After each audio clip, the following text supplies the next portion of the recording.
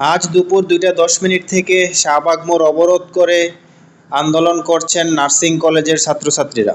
তারা রোদ বৃষ্টি উপেক্ষা করে আন্দোলন করছেন। বিকাল 3টার পরে কিছু বৃষ্টি হয়েছিল, সেই বৃষ্টিতেও তারা দমে যায়নি, সেই বৃষ্টির মধ্যেই তারা আন্দোলন চালিয়ে যাচ্ছিলেন।